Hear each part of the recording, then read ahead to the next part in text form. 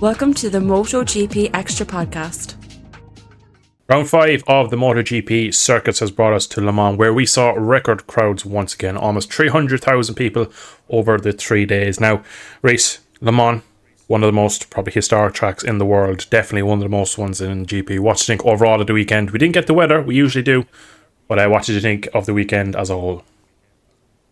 Well, first of all, be a bit wary of that figure for the audience, because I hear Jerez it was pretty wrong what they reported, so we'll have to see if that actually does turn out to be correct. But in seriousness, with the actual race weekend, yeah, pretty good weekend. Le Mans always throws something a little bit different up because it's a very technical track, very dodgy little track. A lot of the time it's quite cold, which does cause issues. I think it was a bit warmer this weekend, so I don't think we had as many crashes. I mean, we still had a lot of crashes, don't get me wrong, but we definitely didn't have as many of those sort of little turn 3 crashes that we've had so many times over the years, and like plenty of the little Nasri corners. So that's always good to see. You know, it's never nice to see loads of riders go down. We had some pretty good racing as well in some of the races, even though it was a little bit spread out in a couple of them. But I think generally overall it wasn't too bad. It is kind of almost showing that it's a bit too difficult to overtake at a track like this. I think because every braking zone is so on the limit, it's very difficult to make the difference. There's not so many flowing, there's not that many places we can take different lines. La Chapelle and the Garage Vert really are the main two for that kind of thing, and obviously the Blue S is where we had our famous Vinales Bagnaia incident last year. But yeah, it was I think overall was quite a good weekend, and it's always good to have MotoGP back when there's been a week off. It's a week off too many for me. A week off too many. Wait till we get to Valencia and we're sick of the sight of it, and we cannot wait for the summer off or the winter off. Yeah, it's I don't want to see this anymore. Yeah. Get us to the 6th week of December, when we're into the middle of December, 6 weeks of racing, we're crying it's gone again. But anyway, it is time to jump into Moto 3. Now, Moto 3 is always fairing bashing. We got a very interesting race in Jerez. So coming into Le Mans, personally I was quite interested to see what one of the other kind of classic GP tracks that we've had year on year, what racing would that bring for us. But it was actually kind of go back 5, 6, 7 years where you'd have these massive groups of kind of 12 to 15 to 20 riders almost at one point. It was a low deck track, so pretty much in all classes it was one of those races where no one was screaming tyre wear is going to be the biggest issue. We'll get to that Moto 2 as well, how that played out. But it's the first week I said anyway that the Pirellis probably didn't have as much of a bearing on both classes, Moto 3 and Moto 2. The low deck track and the big group kind of led it to that, and I think maybe till about 4 laps to go, really, we had no idea who would win. We had a big group, and it was just a pretty standard race. I don't know if you see it differently, Rhys, but for me it was just a very kind of classical, back when Mino was at the front and you'd have kind of a couple of Italians, a couple of Spaniards, you'd have a couple of different nationalities. You go back kind of maybe 2016 where we had, I think, a brilliant Mugello race where there was 20 people up until 2 laps to go, and I think today was a bit like that. Now the racing was good, it wasn't a classic by any means, but it was a couple of the faster boys that felt holding back, and obviously as we get towards the end of the race we find out who was holding what. But Rhys, did you expect a slightly different race in Le Mans after what we saw in Jerez, or was this your typical we're back in Europe, let's bang bars again? I mean, since the start of the season I've kind of always said that once you've got Jerez and you've had that test, which worth noting that all 3 classes have now had the test at Jerez after the race weekends to build to back-to-back exactly, that I think the Pirelli change will have less of an impact. I think people will be starting to get their head around how you have to ride the races. Obviously, like you say, it helped that the track degradation was pretty low in general, but I think also people are learning how to ride these tyres now and sort of make them last the distance a little bit longer. And I do think that part of the reason why they were so close was because they probably were holding back a touch a little bit just to maybe look after the tyres. Even though it's low deck, I think it kind of forced everyone to go with the softer options. That mean there was still a bit of management needed, whereas if you'd probably gone on a harder option tyre, you probably would have been able to sort of make it last no problem. So yeah, it was like you say, one of those more old school sort of Moto 3 style races, bit of a, a larger pack, and we have seen that at Le Mans in plenty of times in the past. I mean, who can forget the Cornfile riding over, was it Bastianini's bike at the time? I believe it was one of the later big pack, wasn't it? So yeah, I think it might have been when Bastianini did his season with them. So yeah, it's not uncommon to see this at Le Mans.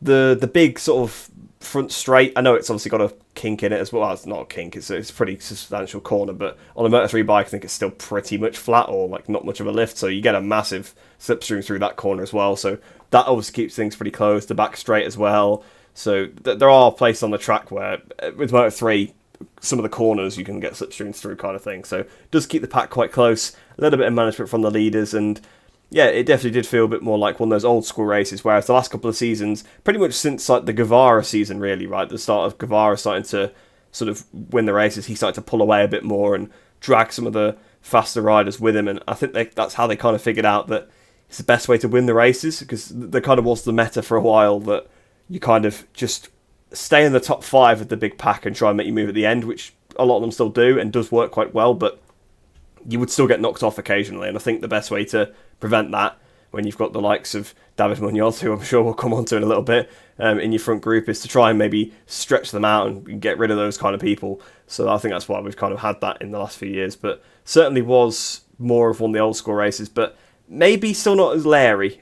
Munoz aside, I think they have learned, like, because they've seen so many races over the years, and I think the Pirellis do play a part in this as well, because it ruins your tyres to do it. They don't seem to dive bomb each other as unnecessarily anymore.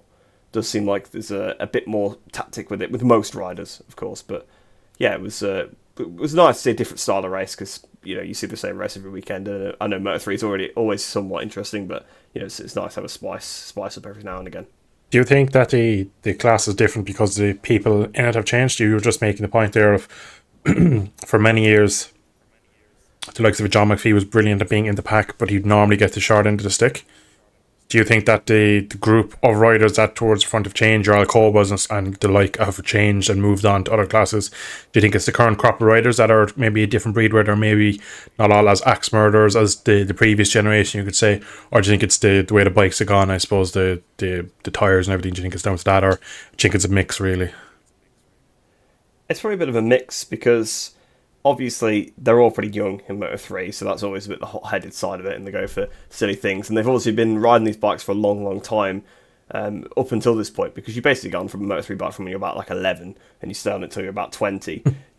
Most riders, that seems to be how it is. So you're on Moto3 bikes for about a decade. Like, it is a long, long time riding fairly, pretty much the same machinery. Yes, obviously as you go through the sort of the different divisions, you get more modern equipment, whereas in the lower tiers it probably is like the Moto3 bikes like 10 years ago, but they're not that much different. They're still pretty similar. I know they have made some pretty big strides, especially this sort of year with the technical freeze.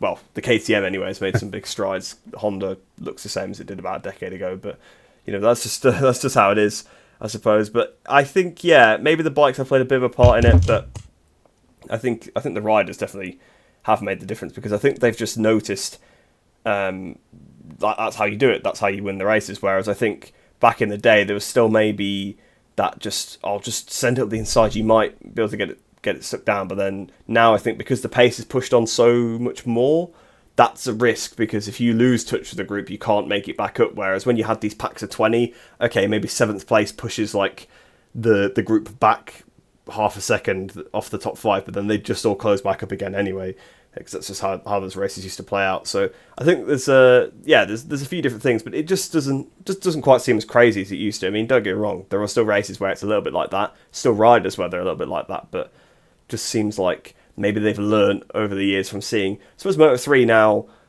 the thing is, Moto3 obviously followed on from 125s, and that was obviously a different style of racing, because that was all about the corner speed, really, wasn't it? With the 2-strokes, you needed to keep it in the power band and stuff like that, whereas these bikes have got a bit more, I don't know, bottom end torque, because that probably invited a bit more of a dive bomb, because you could make the move. But now you're getting the crop of riders that are coming in, they have only ever known Moto3 bikes, so they probably aren't thinking in their head like, oh, we have way more bottom end torque than we had now, let's dive bomb and make like, they're not comparing it maybe to the 125s that they've rode previously, because even sort of the likes of your Vinales and your Rins and those kind of riders, throughout their career, pretty much until they got to Grand Prix, it would have been all 125s, and even the sort of set of kids after them probably were riding 125s until they got up to Moto3, because Moto3 bikes are still pretty new. You weren't going to get that everywhere, whereas now bikes have been around for a long time, technology's improved. I don't know, maybe I'm just talking a load of rubbish here, but that's kind of my theory, that I think maybe it is because now these bikes have been around for so long. The kids riding them now. The guys riding them now, I suppose I should say, because it's an 18 limit now, so I guess they're all grown-ups to an extent. Questionable. Still pretty young, but yeah, questionable, but legally so. So maybe it's a little bit more disrespectful to call them sort of lads and stuff like that, and sort of saying they're a bit younger. But yeah, I think that they've all grown up with only having Moto3. So I think maybe that plays a part in it a little bit, and just I think now that there's got to be more tactics. You don't win a race by just being the fastest guy with no plan anymore, because it just doesn't seem to go your way. Unless you can literally get out front immediately, then that's just not gonna get you the win in the end. I don't remember the question, but let's move on swiftly anyway, because that was a mouthful anyway. But no, I do agree that it's probably a mix of everything. I don't think in any sport really one rule changes or one factor changes. I think it's you probably, as you kind of mentioned, the 125 switch to Moto3. I think it's just they've matured into different riders, different bikes, and I think the class is just changing, and it's to be for the better really. But you were also making a point there, and I was thinking, how was the World Championship won last year? It was one with outrageously dirty tactics from two riders in a horrible race that we hated. And that just shows that, like, when it comes to it, that's still in that class, like that kind of outrageous Messiah Fernandez kind of race where they were up to no good for most of the race. That's still in the class, so I think it wasn't an attempt to win a race, though, was it? It was just to run somebody else wide. Like, it's not true, but it was definitely like it's not doing a dive bomb in desperation to try and win the race. It's a dive bomb. Oh well, if we push Sasaki out the way, then Messiah wins this weekend instead of being rubbish at Valencia and not winning the championship. So. Yeah, I could see the point, but that kind of way of thinking is still in the class is probably the way more I'd be thinking of it. But well, yeah, I suppose so. Yeah. So we're going to move on now to the first incident. Munoz and Ricky Rossi, as he's kind of been somehow named this year. He was always Ricardo, now it's Ricky this year, so not really sure where that's come from. But Ricky Rossi having a good race until Munoz. Rhys, fair penalty, the whole race was against him in the end afterwards. What did you kind of make of the incident itself, and obviously then the penalty and then his crash afterwards? What did you think of just the whole situation between the two of them? Yeah, I mean, I think they've been calling Ricky Rossi for a while. Really? I definitely remember them saying it a few times last year, so I don't know whether that's... Maybe I've been sleeping. It's probably because he's not at the front that often, True, so he probably doesn't true. notice it as much. It's obviously he's not been on the best equipment over the years, and I think he was a bit more of a slow burner. But anyway, initially, obviously, we saw the incident. We only really caught him just tumbling through the gravel, so everyone assumed he just fell off on his own. Cuts to the replay. You can see him got inside of Munoz, and you know straight away exactly what's happened before you see the incident. But there you go, you see it. Completely fair penalty. I mean, he just rode through him. You can't do that. You can't, like, how many... we've said this before, I'm sure of it, because did he not do something similar like Catalonia last year or something like the last corner? He's rode through someone. He did last lap. He might have rode through on shoe, actually, did he? Yeah, last corner, last lap. Run to the line, he just kind of lowered him, really. We'll see if he does it next week, I suppose. But yeah, we've said it many times about many different people. I mean, I don't know. I can't remember if Alcoba was still in Moto3 when we did the first season of the podcast. I don't think he was, but I'm sure we would have said it if we'd done a podcast the year before. And Onshu has been guilty of it in the past. Munoz is probably... To be honest, Munoz has been better this year. This is the first race where really it kind of slipped a little bit. And I guess maybe this was the first race where it was kind of an older style of race. So maybe once he gets in that pack, he just can't help it. But I don't know. I don't know what he was thinking, because, all right, if there's half a gap, then I'd almost say, well, it was a bit optimistic and he didn't back out in time. Penalty, but, I guess he made a mistake. But there was never a gap, so I don't know what he was doing. But, he almost did it the next lap as well to Holgado, didn't he? It was, but that time he thought better of it. That's what he should have done the first time, just roll the throttle and not hit the guy. But, yeah, he just basically rode into the side of Rossi. Rossi couldn't do anything. Fortunate for Rossi. Unfortunate for the CIP team, because, of course, they're a French team as well, so it's their home Grand Prix, so... it was a chance for, I'm sure some of their sponsors as well would have been really happy to see their bike up towards the front. Not that makes a difference, but again, it just that extra unfortunateness for Rossi, I guess. But yeah, Munoz on that penalty, fair. Obviously, in the end, he ends up crashing himself anyway. Not sure what happened with that. I don't know if we actually saw it, and if we did, I can't remember. But yeah, it's. He took his penalty at the end of the day, so I suppose it was a stupid piece of riding. I suppose he did. At least he showed on the next lap he'd learnt from it. But yeah, I mean, we'll see next week if he does the same thing again, because it's not like it's the first time he's just completely rammed somebody out of the way. Yeah, I was also taught that, especially after, we were so positive last week about him, that he was so patient and wasn't rash, and he had, after a couple of races in the class, he had got a name for someone that was quick, but also just literally it's like first race basically. yeah, it was just absolutely reckless and never really kind of qualifies well. Always has to make it up on Sunday, so you always feel like he's over his limit. But it looked like maybe this year with the Pirellis he'd made a bit of a step, especially in Jerez, just the way he sat behind. No, maybe it was down to didn't have the space or whatever, but it just looked like maybe he'd learned a bit and maybe kind of matured. But it was a silly move today, really, and it was not necessary. He could have backed out of it, but leaves his nose in, collects another rider, and he just unnecessary because he's ruined another rider who's ruined Rossi's race, and in turn then he's ruined his own race, which is just a bit silly because again it wasn't necessary. He had decent speed. He's obviously in a good vein of form. The fact he got the podium last time out, he was towards the front again today, so there was no reason why he couldn't have actually done well in the race without these silly incidents. But it's easy to say that now when you have the helmet on in the heat of the battle as well. It's easy to make these small mistakes that cost you a lot. But from one incident we're going to move on to another incident. We have Colin Vere and we have Holgado. Now into turn one, I'm going to give my opinion on this because the commentary team seemed to call this differently. So I'll kind of describe the incident pretty neutral first. So coming up to turn one, Holgado is on the inside of Colin and he's just kind of drifted out and tapped the Dutchman at roughly 150 miles an hour. Now, immediately they thought it was him trying to run him out of the road and try and get Vere into the turn 2 and 3, we'll say. But for what I actually think is, I think Holgado was actually after looking at his dash and just drifts slowly into him because he gets through the Dunlop chicane and then sticks his hand out to apologise. So I don't think there's any malice, and I think it was just a simple mistake that Holgado was either checking how many laps to go, checking something on his dash, and just the eye dropped for a second and he just slightly drifts into his fellow opponent. And unfortunately, contact at such a high speed like that was unfortunate, but thankfully nothing came of it. I'll be interested to see what you think of the incident. I'm not too sure if you see it the same, but for me I thought it was just a slight little kind of lapse in concentration as he looked down his dash maybe. Now I have no confirmation, it's just immediately when I saw it that's what I thought, but I'll be interested, Rhys, to see what you think of it. Yeah, it's almost like two lines coming together because when you watch it from the onboard of, I can't remember who it was behind them at the time. It might have been probably Alonso. No, I think Rossi was. Yeah, I was going to say I think Rossi was out at that point, so I think it was Alonso behind them. But anyway, it doesn't matter who it was. The rider that was behind them, like Holgado moves more definitely, but Vea also sort of moves towards Holgado a little bit, so they kind of just met in the middle, bit of contact. Really scary as it happened at that top speed, but nothing came of it, like you're saying. So fortunately, nobody crashed, nobody even ran off the track even. So I don't even think it cost either of them a position, if I'm not mistaken. So Vire had a bit of a little wobble, and so did Holgado, but that was it really. It was just a scary moment for a couple of seconds, I suppose. Scary moment, of course, but these things do happen. We've seen them happen before. Yeah, I suppose if you're going to say who moved more, it was definitely Holgado. And I think he probably was trying to just edge over to him a little bit to sort of just take his line and make sure he couldn't pass him into the next turn. But yeah, there was no malice. He wasn't trying to run him off the track. He wasn't trying to run him over the curb. We've seen people do that before. Holgado's not a dirty rider.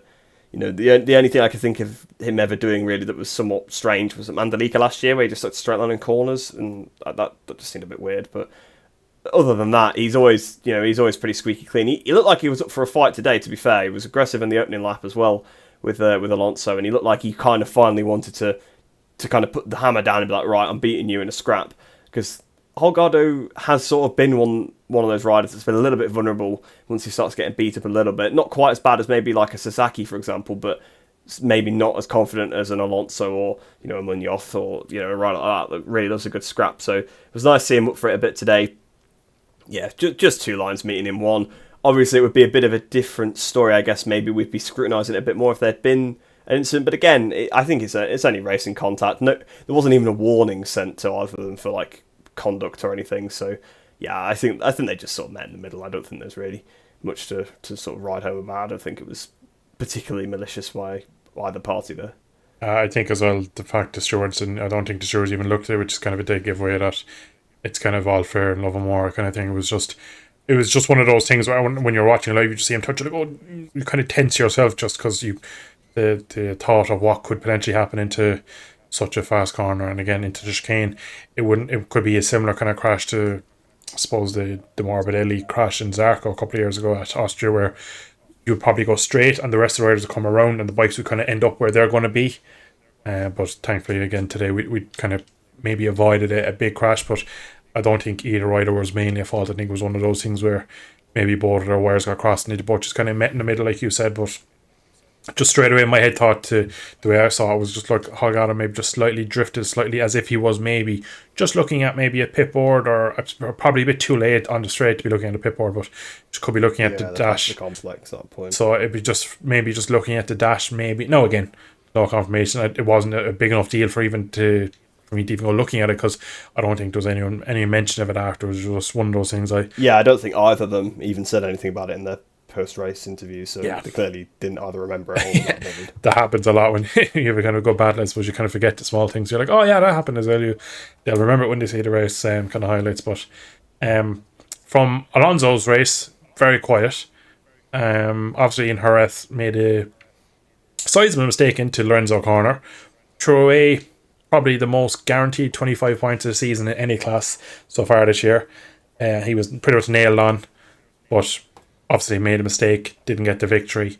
So coming in here again today, everyone was kind of thinking, well, it's his race to lose again. Will he be able to kind of sort himself out? In fairness to his team around them, the whole kind of team came together and probably just said, take 1 or 2% off, be there at the last quarter of the race and do your stuff. And that's pretty much exactly what they did. It was him versus Holgado, but to be honest, every time I see these guys go together, Holgado and Alonso, it feels like Alonso wins 9 times out of 10. Am I seeing it differently to you, Rhys, or do you agree?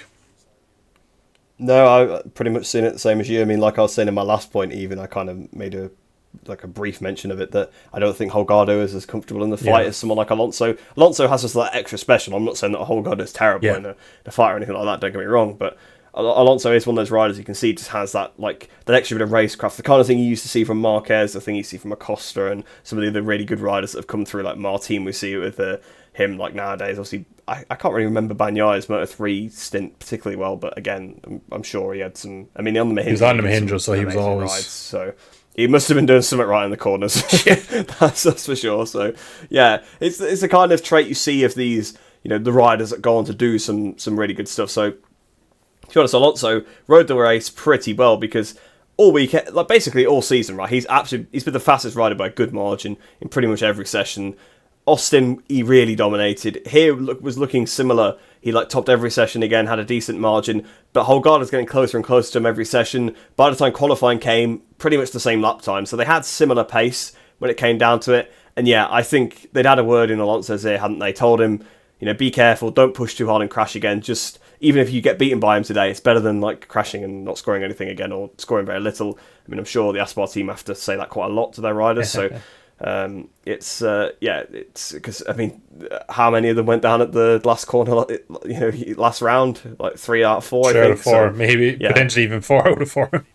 Yeah, well, they probably had a big meeting before the race, I guess, telling them to be a bit more careful. Especially at the circuit, it's so easy to make a little mistake here. You don't have to do a lot wrong, as we saw in each race, as we saw in some of the sessions as well. Like I was saying earlier, we didn't have maybe as many crashes as we've had before, because I don't think it was as cool as it has been over the years, but still, it's such an easy track to make a mistake at.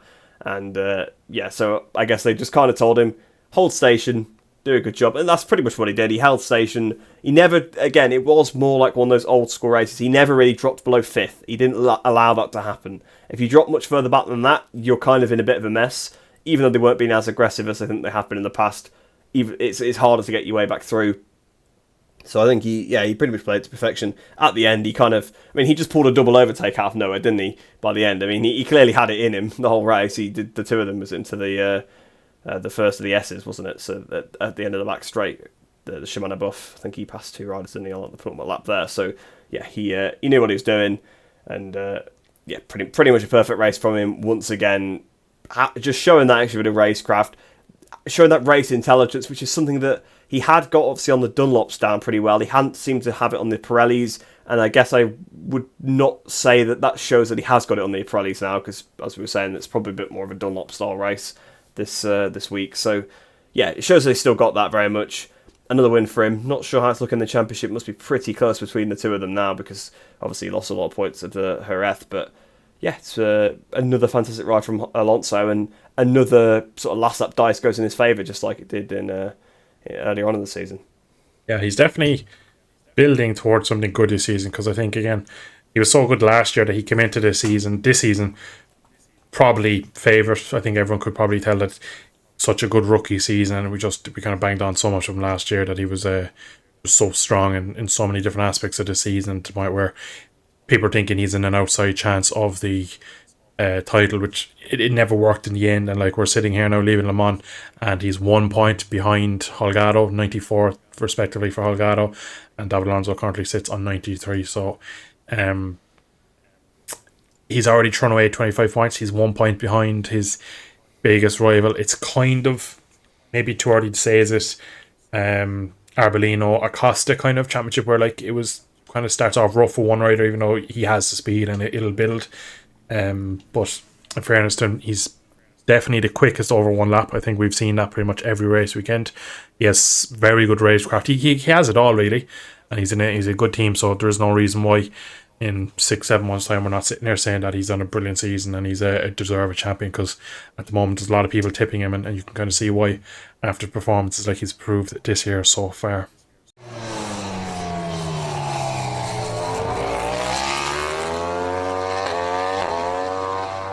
So Moto2 has been one of my favourite classes of the season so far, just with the whole shake-up with the Pirelli and some other teams moving to in-house suspension. Unfortunately, this one was probably one of the more dull ones. I wouldn't go as far as say snooze fest, but it wasn't too far off. It was much towards the middle of the race, and towards the maybe last couple of laps it's hard to pick up, and the opening couple of laps were good. So it was kind of a, what would you could say, historic kind of Moto2 race, where at the start where everyone's bunched up, you see action. At the end where tyres kind of just go off, you see a bit of action.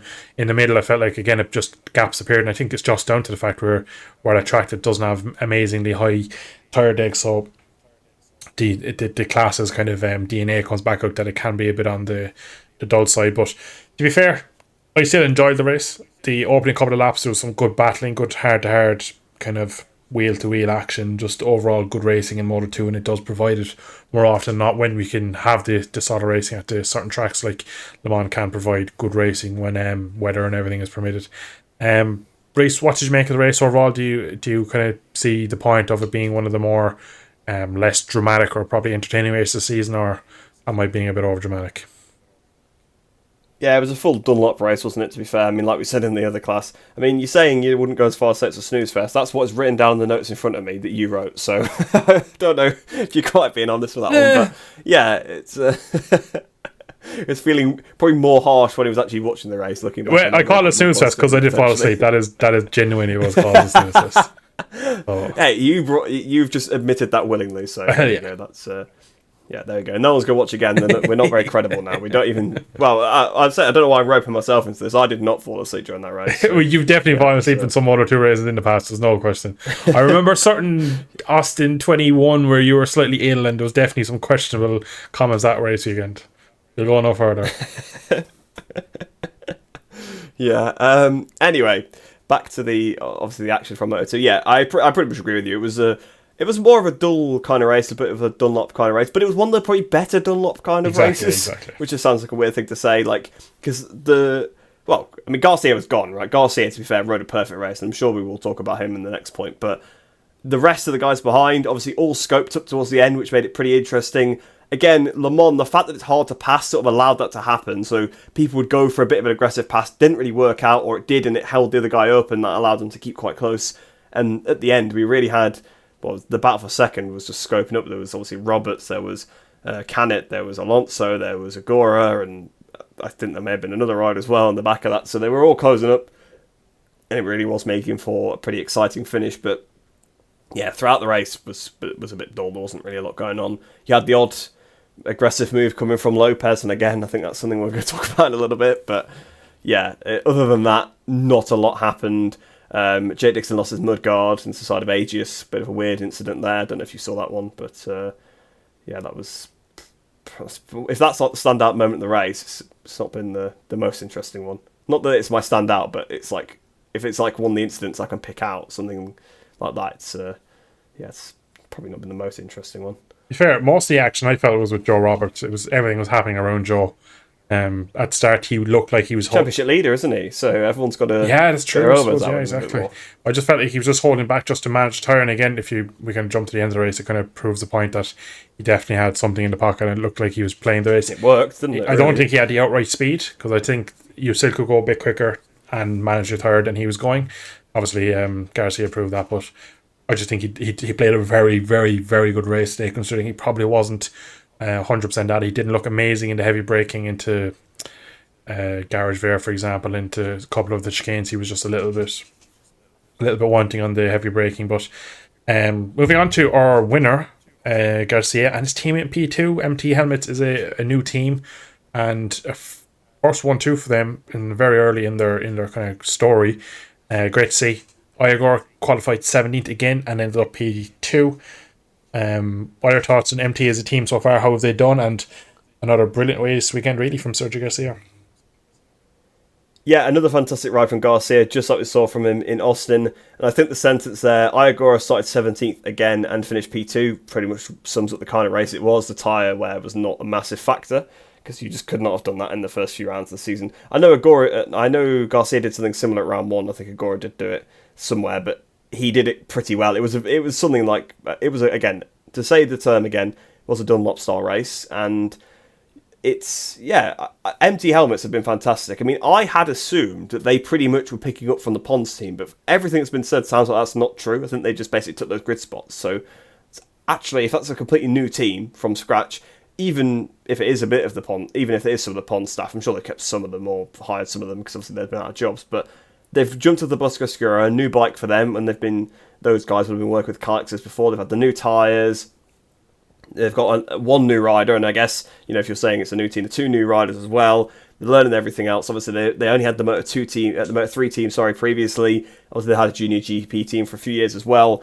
But honestly, they've been fantastic. They have been really, really good, because right from the first pre-season session, really, they've been up there. They've been on it. They've had good pace, and yeah, I think some of that's down to the chassis, but they beat the speed-up team today, fair and square. I mean, they've done it obviously once already, but both bikes beat the speed-up bikes today. Obviously, Aldeguer was a little bit missing, but he wasn't miles off. Like, he was still in the top 10, so it wasn't like they had massive issues or anything like that. It was a case that they genuinely outraced the team that developed the bike, quite frankly. So, really, really hats off to them. Fantastic rides from both riders, to be honest. Would have been interested to see what Agora could have done starting higher up. Probably could have given his teammate a bit of a run. Obviously, by the time he got there was too big of a gap, and then the battling at the end obviously extended the gap even more. But maybe if Agora had picked up the position that Canet had earlier on, like in terms of being in that second place, about a second behind, could he have done something? I think maybe he could have done, potentially. But either way, great ride from the pair of them. Great. It's just great to see that team doing so well, because it's lovely to see new teams come in, and I quite like the colours of that bike as well, to be honest. Not that that really factors into anything, but I quite like it. I've always quite liked Agora as well. I actually quite liked Garcia in Moto3 as well, and obviously Moto2, so it's good to see a couple of riders that I rate quite highly doing well as well. I always like to see that. You always want to see the sort of the better riders at the front, because you know that they've got the natural talent and stuff like that.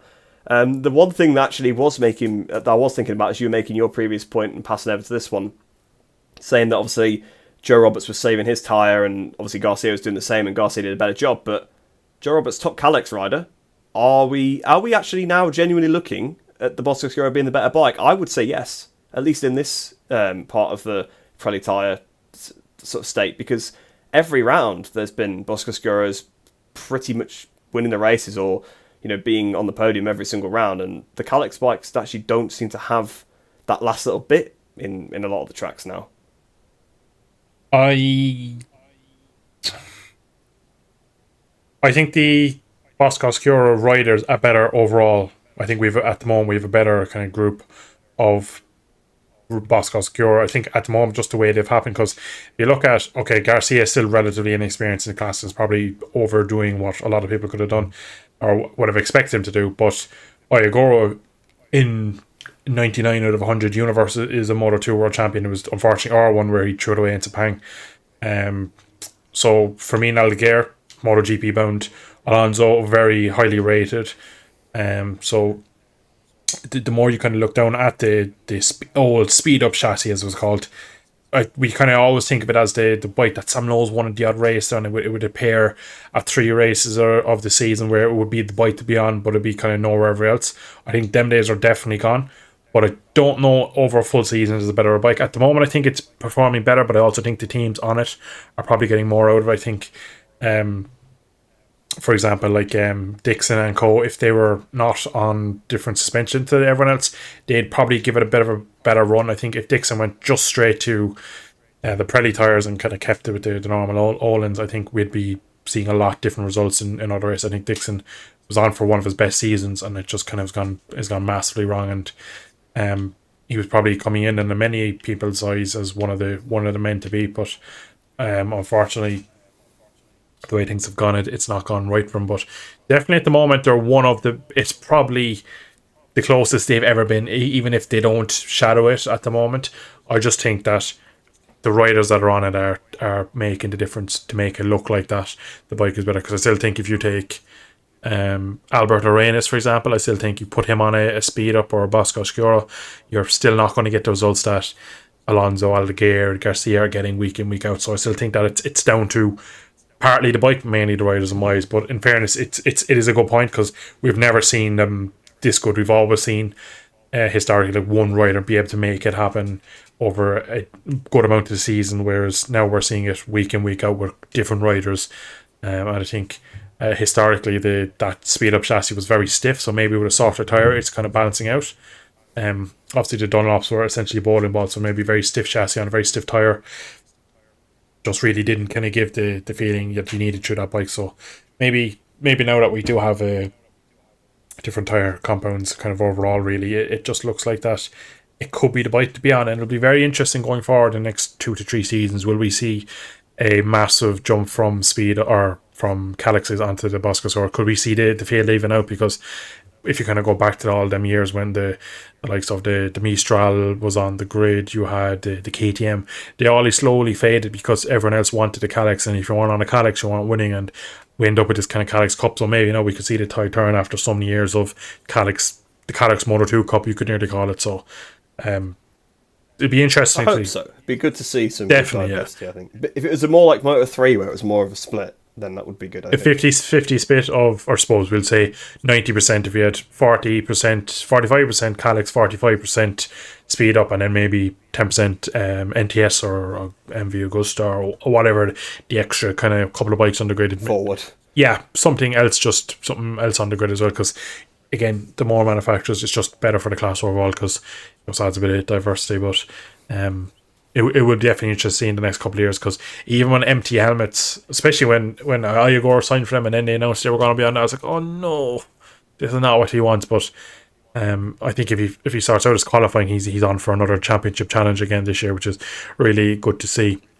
One man who unfortunately came into this weekend very injured and put on a very brave ride was Aaron Canet. Put it on pole somehow with a pinned kind of tib, or a fibula in his ankle is pinned. I don't know exactly the deep down kind of injury he has, but he's in quite a bit of pain. Riding a bit like Johnny Ray this weekend. Overall, a good weekend.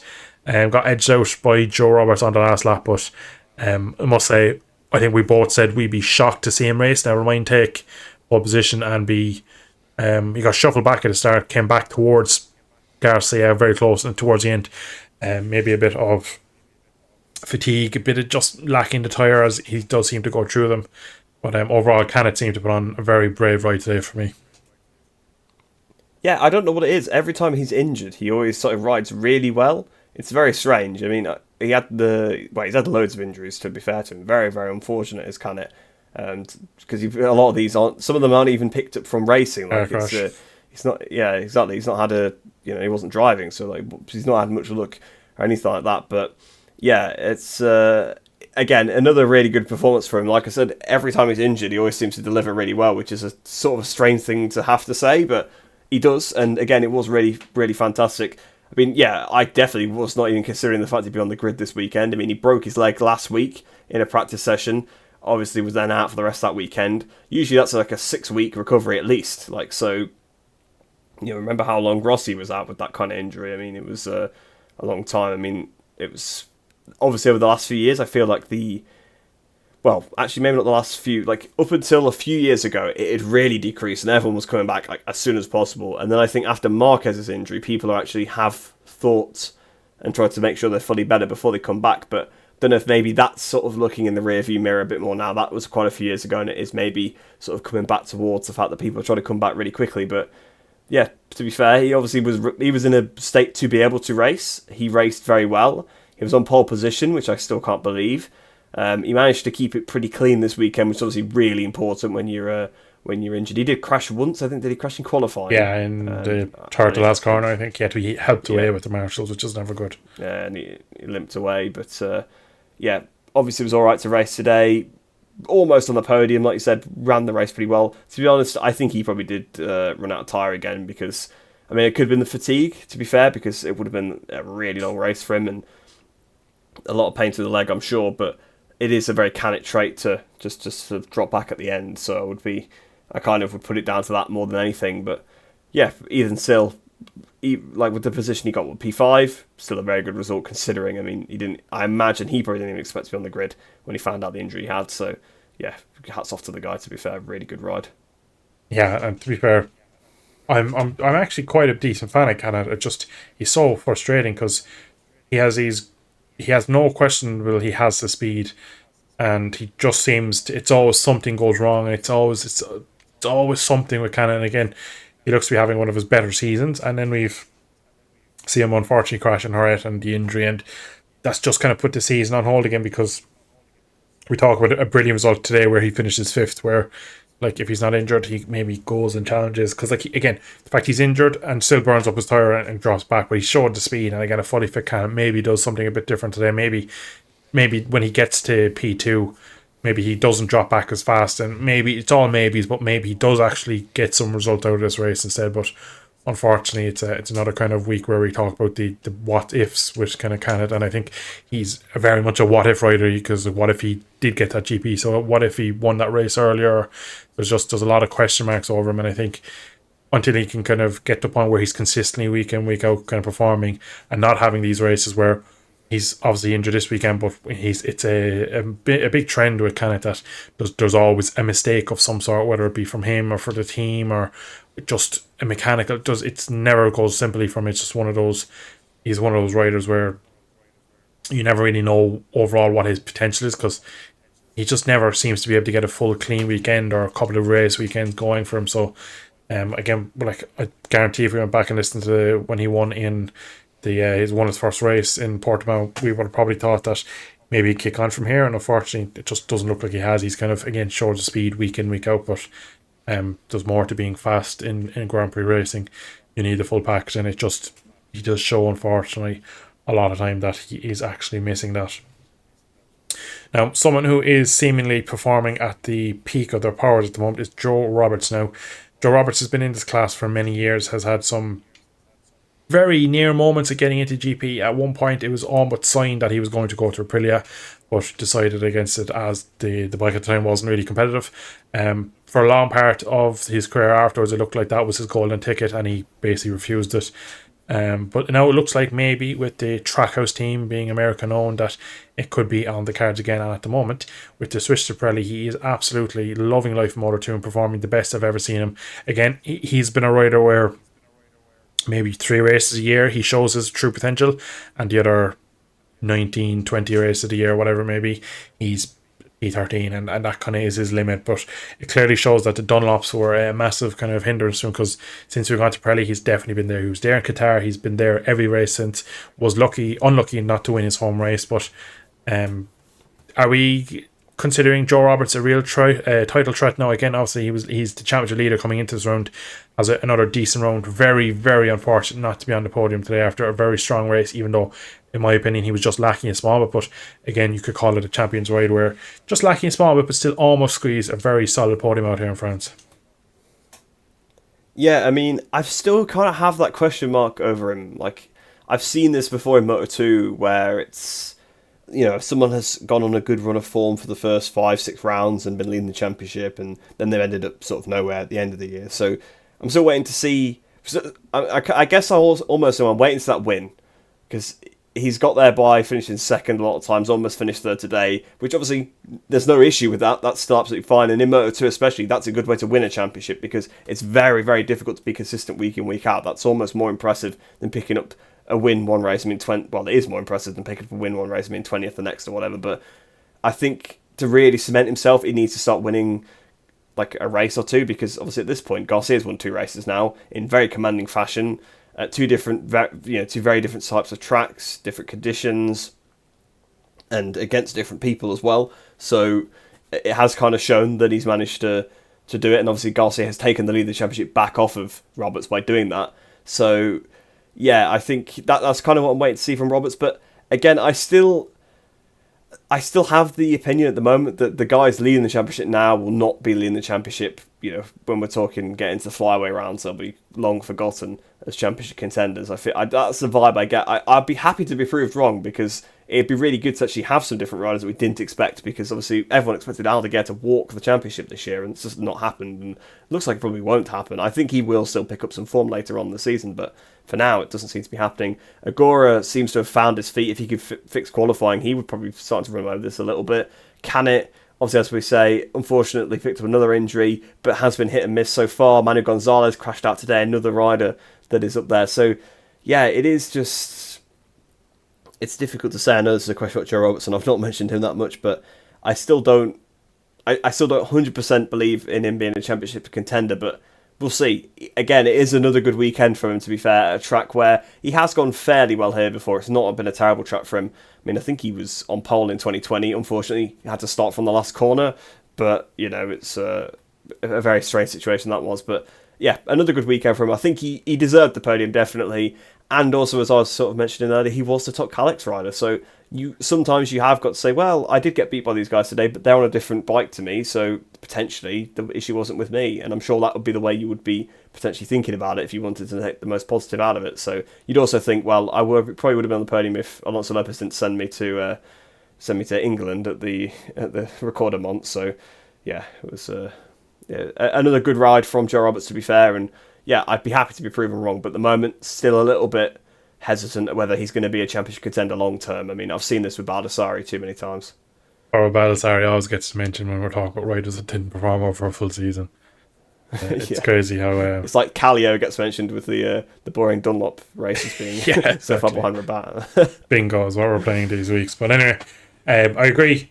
It was another good solid race weekend, and I think we saw last year Arbolino, when the talks of him getting a GP seat, he definitely became flaky and up and down, and his form went away, whereas it looks like Joe Roberts is taking that and using it as like an energy boost, because he seems to be able to just build on the fact he's having good results. And again, but no question that I think today he was the fastest man. I think, again, you mentioned the fact that potentially the Calyx were maybe a bit at sea this weekend, and he's the top one and did really well to be that close to all the Bosco short chassis. So in fairness to him, you gotta kind of tip your hat to him that he's doing such a stellar job, and like first American to leave the championship in so many years, and it's all coming together nicely for him. So I just would like to see him, maybe, because I believe in 2019 he was on the podium at Mugello, he was second, so maybe could we see in... I think he did it in 21 as well, didn't he? I think he's had a couple of podiums there. I think he was second. Yeah, so it's a good track for him. I mean, looking at it on paper, it's definitely Joe Roberts' track, just looking at it. So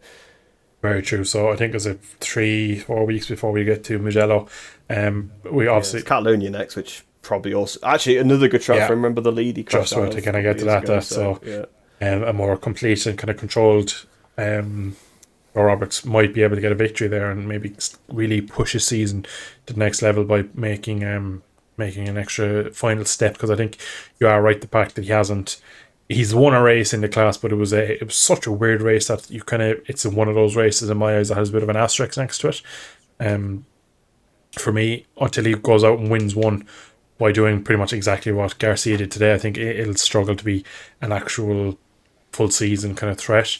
At the moment, I think you are right in saying that it's just he's kind of like the farm rider, and he's doing his bit there. But I still enjoy seeing him there, because I've always liked Joe, and unfortunately he just seems to go missing throughout the seasons. And again, I've put a lot down now at the moment to the Dunlops, because over the last couple of races to Pirellis. He's definitely seemingly made a step overall, and just for me, just seems very happy in the class. And again, happy rider usually is a fast rider. Now we got to the last lap. I had just about woken up and was ready for some action. And in fairness, a couple of mistakes ahead. It bunched up. At one point, Joe Roberts was like fifth, ended up getting into third and back to fourth. Alonso was fourth, was pushed off. They managed to regain at the last corner. Rhys, take us through the last lap in the best of your abilities. Yeah, so the last lap, it just scoped up, like you were saying previously, because of the battle between sort of Lopez and Canet in front. Lopez had caught up to Canet, put a pass on him, and then I think he'd made a small mistake through the chicane, which backed them both up. And all of a sudden, you had the chasers from behind. Iagora, who was obviously storming through at this point, late race pace was phenomenal. He was quickest rider on track, even quicker than his teammate out front. So he'd finally caught up to the back of them. He'd brought Joe Roberts with him, who again also looked like he was having some pretty good pace by the end of the race. He'd finally obviously probably decided it was time to use his tyre. So we obviously had Agora managed to find his way past Canet. I mean, I think he'd already done that before the start of the last lap anyway. So they came on to the last lap. It was Lopez versus Agora and Canet versus Roberts a little bit behind. So into Garage Vert, that's pretty much where the action happened. Both passes were done. Roberts very, very aggressive, which is good to see because, again, that's something Roberts has not had so far. He's always been silky smooth, should I say, throughout his career in Moto2. Never really had that aggression. Kind of gets beaten up a little bit. I seem to remember, don't remember what season it was, but it was Portimao. Remy Gardner sort of just edged him out of the way once, and I think that was for a podium at like the penultimate turn, and he just didn't quite have that aggression. He kind of left the door open and allowed that to happen to him. But today, very aggressive. Maybe actually slightly, I don't know if there was actually contact into there. Maybe it was a little bit over the line because he did push Canet wide and Canet lost another position, but it seemed to be that was allowed today. Well, it was allowed in Moto2 anyway. I'm sure we'll come on to MotoGP later, but yeah, it seemed to be that was allowed because it already happened a few times in the race, so not going to cry penalty when there wasn't penalties given out for the others, but he made that position, and I don't think it was that egregious a move because I don't think there was actually contact, but aggressive pass in the first part of Garage there, and that's where I think everybody was kind of focused because it was such a dive, and then you look back at the guys in front, and also Nagora is in front of Lopez, and he actually just cut underneath him at the second part of Garage there, which is where I think Lopez was struggling a little bit with his tyre at that point. So Nagora had got through, and then now could Joe Roberts try and get the podium because he was close enough in range to do that, and also at this point he had been nerfed out the way earlier on by Lopez, and I don't think he'd forgotten that because into the penultimate turn, the same corner where it happened to him earlier on, he went up the inside of Lopez, again a very aggressive pass, but more than fair. Obviously edged him out a little bit, didn't actually force him off the track, but got the position, and then unfortunately just went a bit too hot into the last corner, left the door open a little bit, and Lopez squared into the line. Very, very close battle, and it was a really good last lap. It was kind of rewarded you for watching the rest of the race, because that's where most of the action was right at the end. But yeah, it was a good little scrap. Some good passes coming out there, and great to see Roberts getting aggressive with Lopez, because Lopez is usually the aggressive one. And to be fair, Lopez actually made a clean pass back up the inside, which was all just as shocking. So yeah, it was it was a pretty good last lap, to be honest, and the order had changed quite a lot from where it started. Yeah, there were some big winners and big losers on that last lap.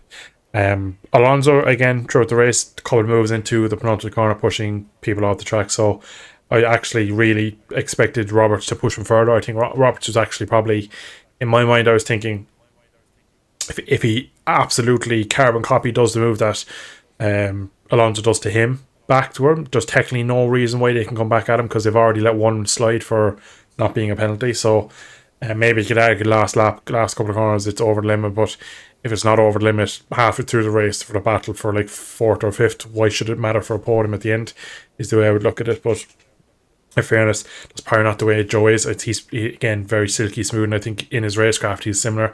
So I think the aggression we saw today, I think that was the most he'd go. I don't think he'd go any further. But I definitely let him have it, run to the edge of the track. But it's just, I think he was maybe conscious of maybe someone behind trying to cut underneath him, because he just kind of squirts it to the last corner, but just gets in hot and just doesn't get to drive out, and the Spaniard does pip him to the line. Overall, a very good last lap. Again, the fact that Iagora really showed off his race pace once again, and then showed off that his racecraft is still one of the best in the class. I remember when Alonso just came into the class, Iagora in Motogp on the brakes, so many corners where he was just absolutely sideways, and every time he'd go up the inside of someone, you just didn't think he'd pull it down, and lap after lap he'd do it. So it looks like that all Iagora is missing is qualifying. So if he can get that qualifying, we could be seeing a lot more of these races where he's at the front, and it really would be a treat to see the Japanese rider up there. Now, one rider we did mention slightly earlier who was kind of missing from the whole weekend was Fermin Aldeguer. Now, Fermin didn't have a shocking weekend by any imagination, but just slightly missing from the front, and we're kind of used to seeing him maybe this season not maybe have the greatest weekend, but show that he's definitely the quickest and just doesn't put the race weekend together. And unfortunately this weekend it just looked like that. No matter what he tried, he just didn't have the overall speed. Rhys, do you think this is one of these weekends where other riders maybe could have pushed too much and crashed out and kind of thrown away a couple of points, a bit like Jorge Martin in Jerez, where instead of settling for a P5, a P7, a P4, he went to try and push over the limit? Is Aldeguer, at his young age, is he just wise enough to know that his days will come, and falling out of 5th position today wouldn't have been of any use to him? Yeah, I think so. I think it was one of those rides where, to be fair, he didn't have anything better today, did he, than 5th or 6th, wherever it was in the end. I think it was... Like, he wasn't a million miles away. I mean, if there'd been some more instances in front, he definitely would have benefited from them. And he'd sort of followed Agora through, but just a bit slower. And yeah, he was always a rider or two behind, and then the gap just had sort of grown over the race because he just didn't quite have it. I mean, he should have qualified better. He had done a lap that was good enough to qualify better, but he lost it because of yellow flag. So again, that's not really his fault. But again, of course, that's just the look of the draw and about putting your good laps in early. He was really good in the first few sectors on that lap, lost a lot in the last sector as well, so even the lap that got deleted he hadn't capitalised on it exactly. Just didn't quite seem with it this weekend. First weekend, the way that's been the case, I mean, I know he's had some rough weekends already, like he's already had some that have not been great because whatever happened, like either he had a bad start or he jumped the start like he did in Portimao and he had to come back through the pack and the tyres couldn't do it. This would have been the one race where he actually would have been able to do it as well, which is quite ironic in a way. But yeah, it was.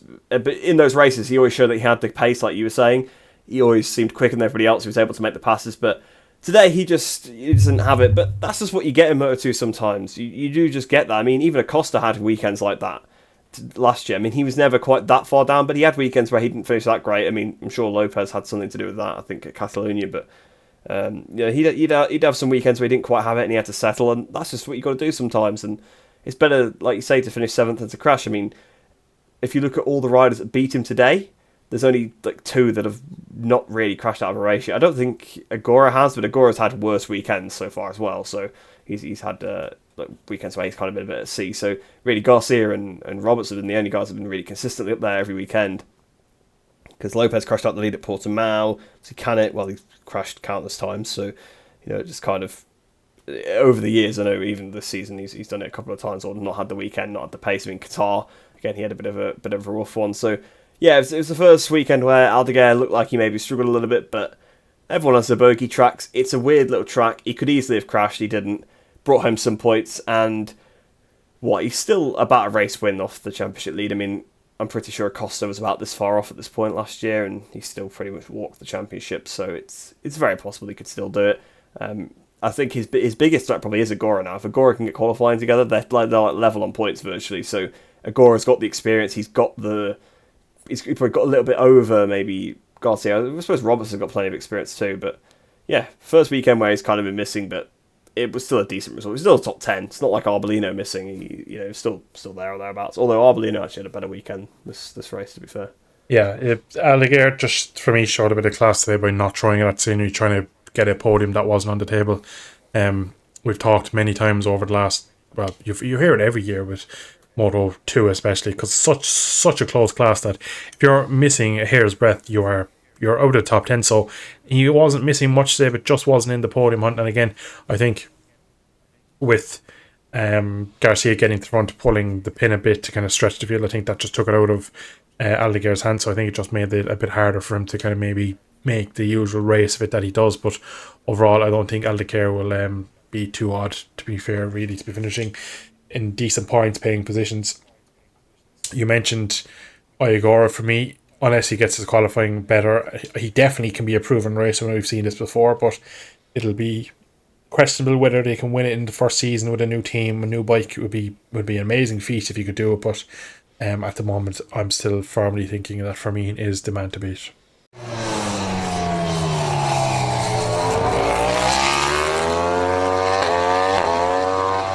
For the Premier Class, it is always an interesting race when we get to Le Mans. It's one of those ones where over the years we've seen some really strange races, we've seen some stunning battles, and we've seen some kind of crazy mistakes. Now, going into this one after such a brilliant race last time out in Jerez in the main race, tensions were high really, because you expected that Marquez would want to probably fight back and maybe answer back to Pecco.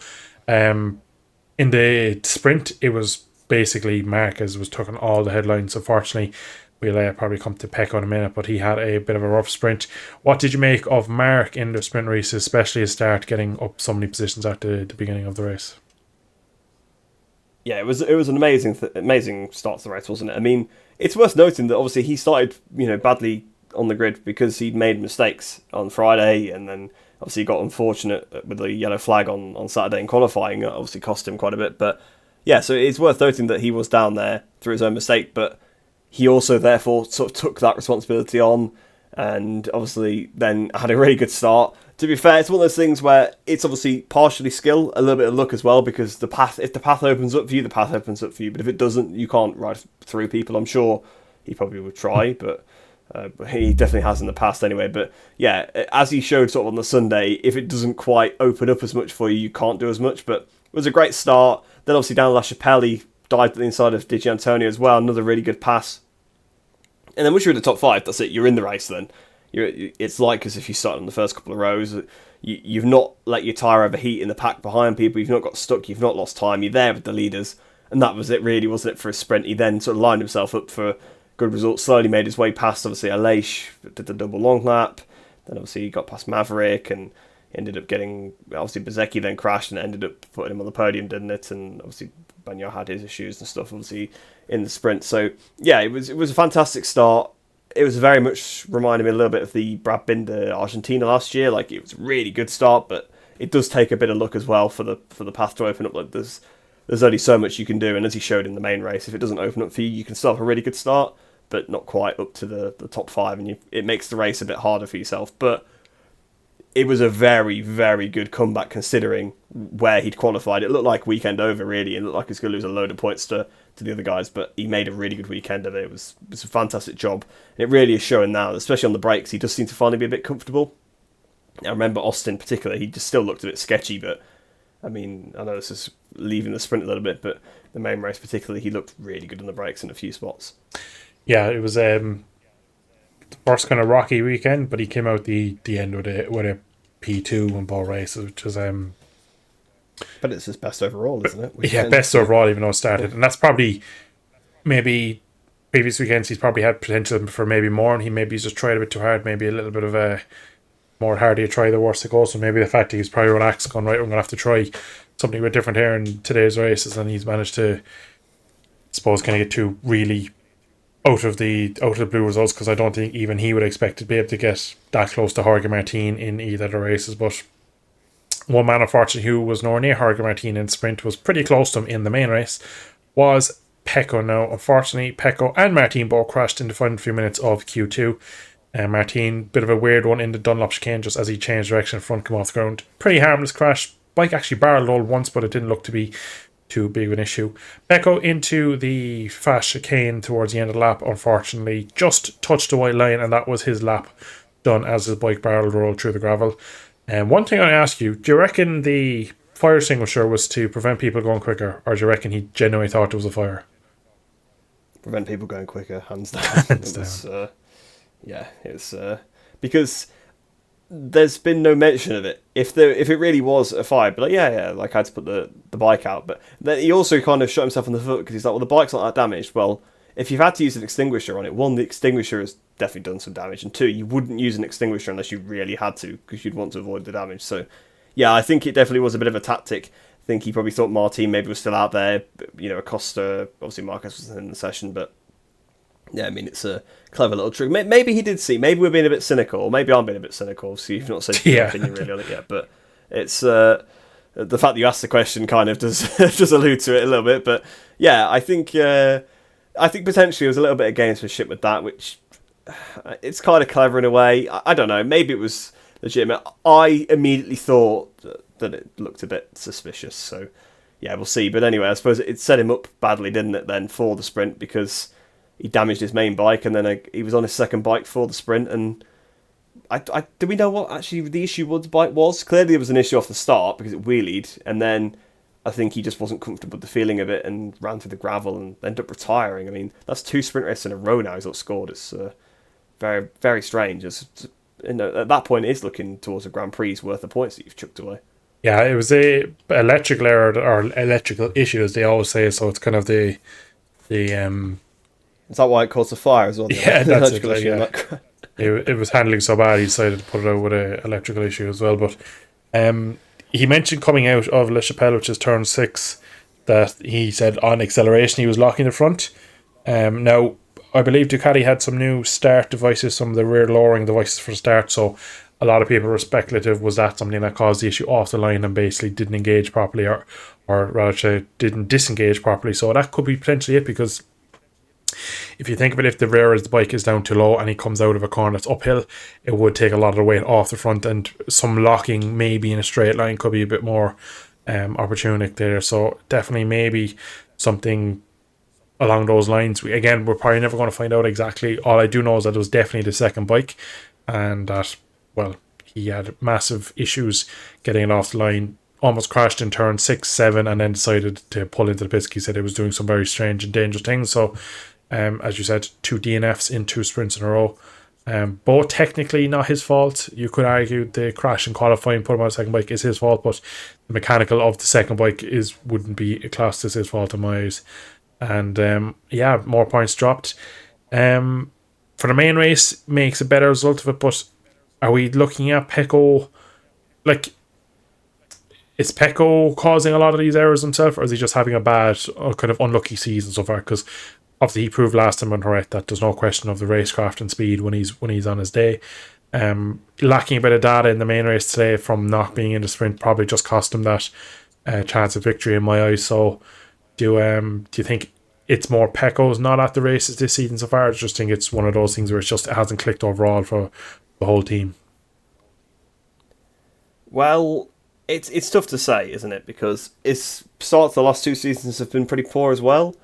I mean, I suppose actually his start last year was probably better. He just had a couple of crashes in the main races for no reason, but he's definitely the quickest rider without a shadow of a doubt. Whereas that has not been the case this year so far. I don't think he's really been the quickest rider at any track particularly. Maybe Qatar. Yeah, Qatar would be the one I'd probably argue. Rider. Yeah, but Portimao he was pretty gone. Austin, I can't even really remember him, Austin. But in the sprint he went backwards, didn't he? In the main race he was much closer, but again he was still getting stuffed up by like Marquez and Vinales and those kind of riders. And I think Bastianini as well. Then he got one over on him. So yeah, he's not really looked. Maybe Jerez you could argue a little bit, but Marquez was clearly faster than him there. He just rode a very good race, and Marquez was a bit timid at the start. So yeah, it's been strange. He's not really had the pace over everybody else so far. Looked like he finally had a good weekend really up until the sprint, hadn't he? In this one, the little crash in Q2 was the only thing, and to be honest, it's not even a massive thing because Martin did the same, and you would argue that Martin pretty much had a perfect weekend. So yeah, and it happens. It's qualifying. You're pushing. Of course, you're going to crash. And I guess I kind of messed up the way I sort of passed it back to you by going on about the sprint, but you never actually answered if you thought he did the the exhaust the fire extinguisher thing deliberately. So we'll get your opinion on that in a minute. But yeah, I think he probably is causing some of the problems himself. I mean, you look at some of the issues he has had. Obviously, the Jerez sprint wasn't really his fault. He got sandwiched there a little bit, so wasn't a lot he could do. But again, if he'd had a better start or qualified better, he wouldn't have been in that position. So there is that to it as well. Obviously, Portimao main race, for me, that's fully on him. He was off it anyway, but then he cost himself more points. Portimao sprint race, he threw that away. He had a win there, and he threw that away. I guess, yes, he had these issues with the second bike, and I agree, it's not his fault because the bike should be mechanically the same, and that's not there's not much of an expectation to have as a rider that bike will at least work. But again, if he hadn't damaged the bike, he would have been on the main bike, and it wouldn't have happened. So it is, yes, he's had a bit of bad luck, but also a lot of it has come his own way. So it does seem to be just a bit like that.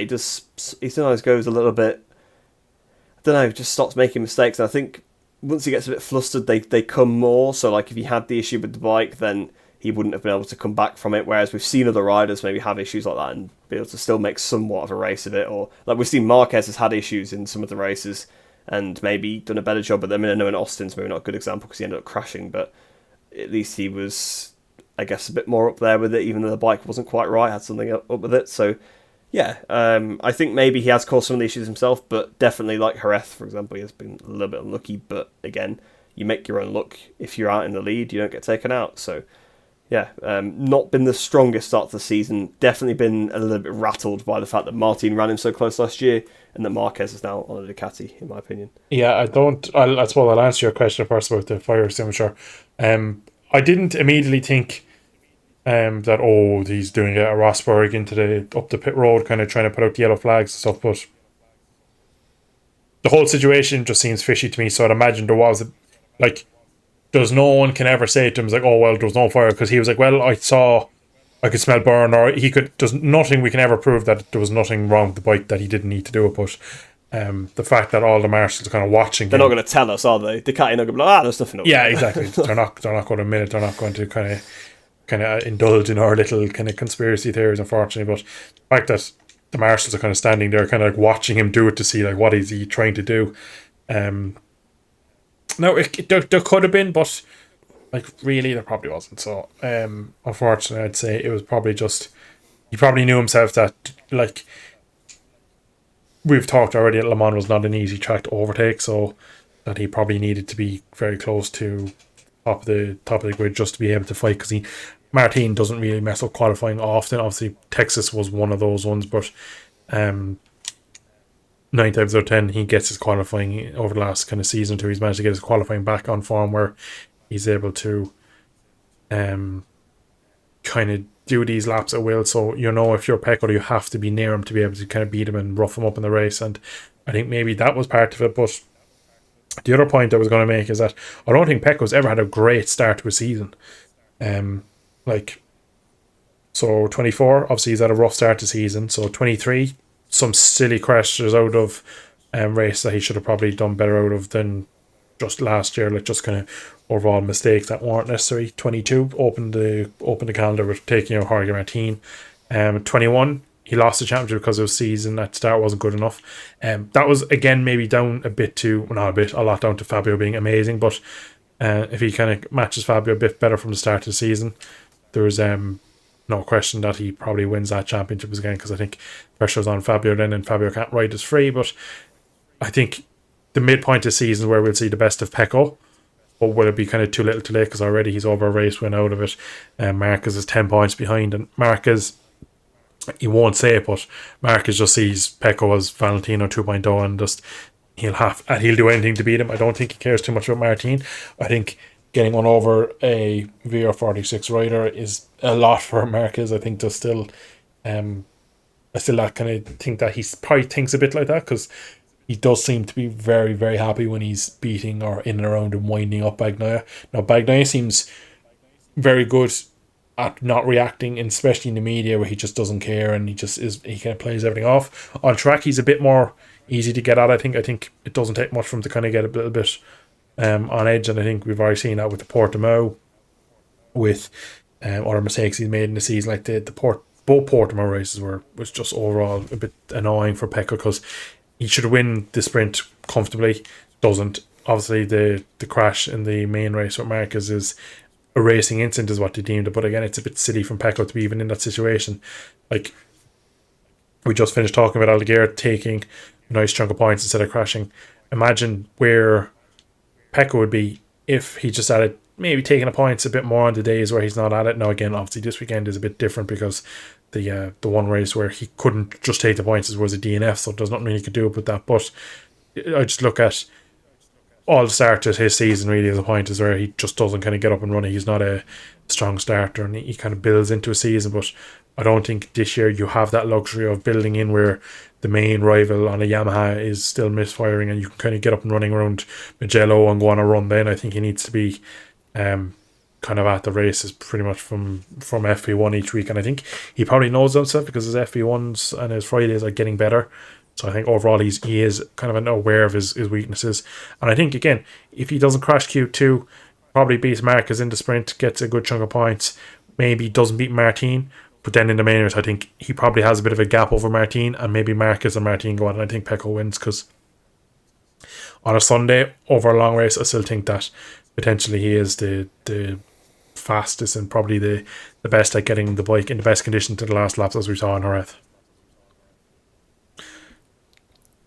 Now, Jorge Martin did very, very well to take 2 wins from the Le Mans Grand Prix. He never won in Le Mans before in the main race and got rid of that unfortunate stat this weekend. Big points over Marquez, big points, even bigger points over Pecco, with him not finishing in any points for the sprint. Jorge Martin, has he done enough to? I'll probably ask you this question now, but I'll probably ask you something similar in a minute. Has he done enough to get a big red Ducati for 25? It's tough to say. I mean, to be fair, I don't think he's got big points over Marquez, because he gets 7 overall when you actually break it down. So it's not actually a lot. It's True. It's pretty much like it's a couple more, because he finished second to both times. But yeah, he obviously gained some big points on. He obviously gained 21 on Bagnaia. That's a decent chunk. You can't say that's an insignificant amount. To be fair, it's a lot more than 7, 3 times more than 7, in fact. So yeah, a decent amount of points over. I know some quick maths on the podcast, but there you go. So a decent amount more than Bagnaia. I think, yes, he has done enough to be on a factory Ducati, but I also thought he'd done enough to be on a factory Ducati about 3 years ago. So, there is an element of, obviously, to be fair, I think it's the fact that his 22 was so rough obviously harmed him a lot, but also he kind of got a bit screwed by Ducati in that season anyway. So, yeah, it's an interesting one. I think at this point, definitely. I mean, the fact that he took the championship down to the last race against the factory team really kind of pretty much already shows you that he should be on a factory bike.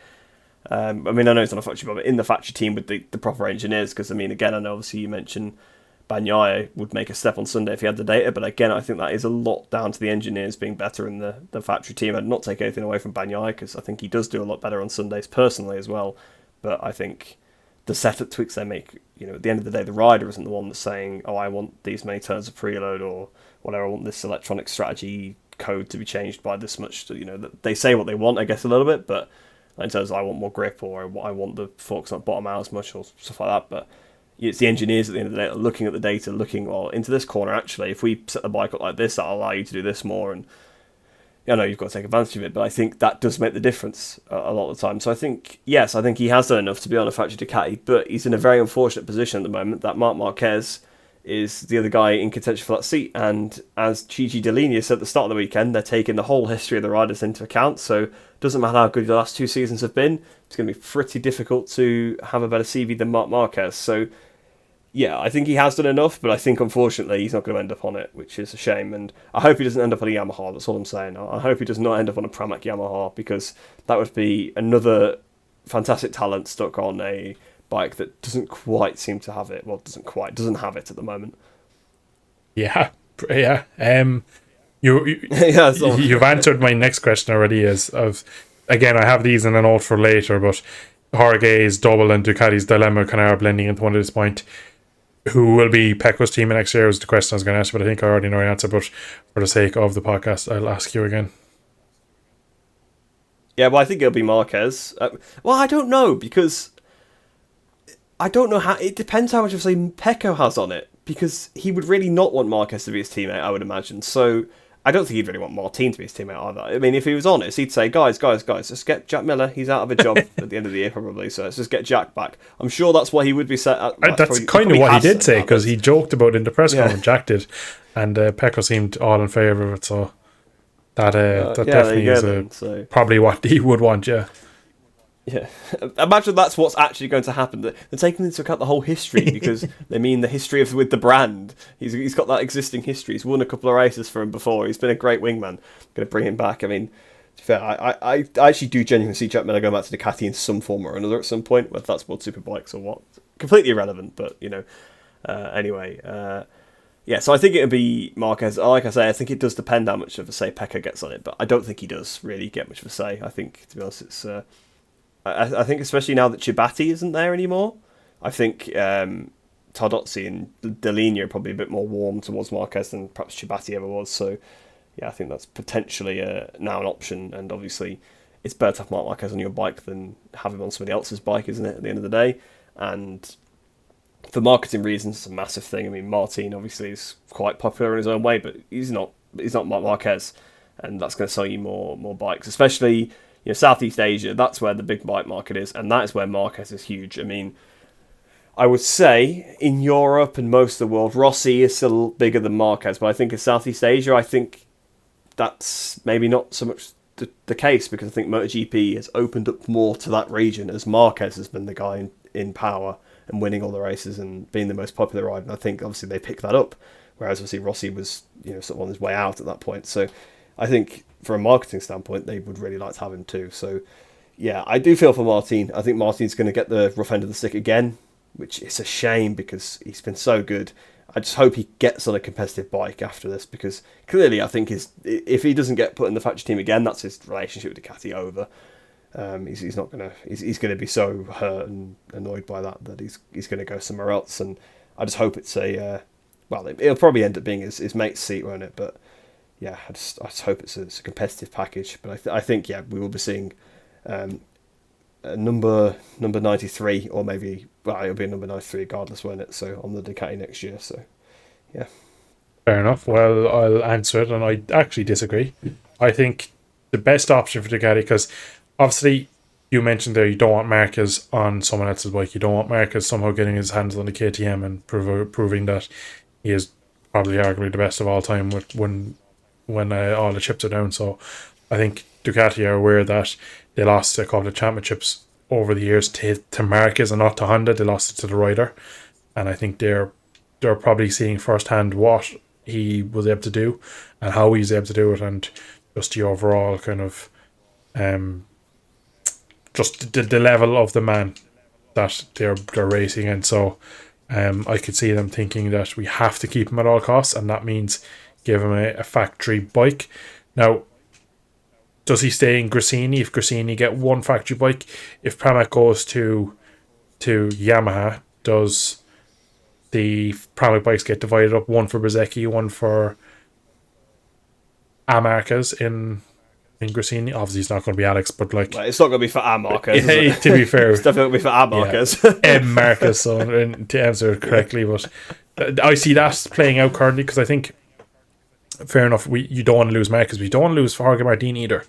He could go on Jorge Martin is still hot property in my eyes in the class, and I've rated him ever since his was it Telefonica, the Honda, the Asp, the Telefonica. We're going back a while. What was the main sponsor on the Honda? What was it? It wasn't Telefonica. Not Telefonica. It was like Delfonica or something. It's like Delfonica or something like that. That's what I said. Deltonica was it? I can't remember. But that blue Gresini Honda. When him and Digi. Yeah, exactly. Yeah. Back in all them years ago, back in 18 when he won the 18, title. 17. Yeah, I actually saw a picture after the race day of Valencia 18. Oh, yeah. Pecco on his Moto 2 bike, Martin on his Moto 3 bike, and Mark is a GP champion.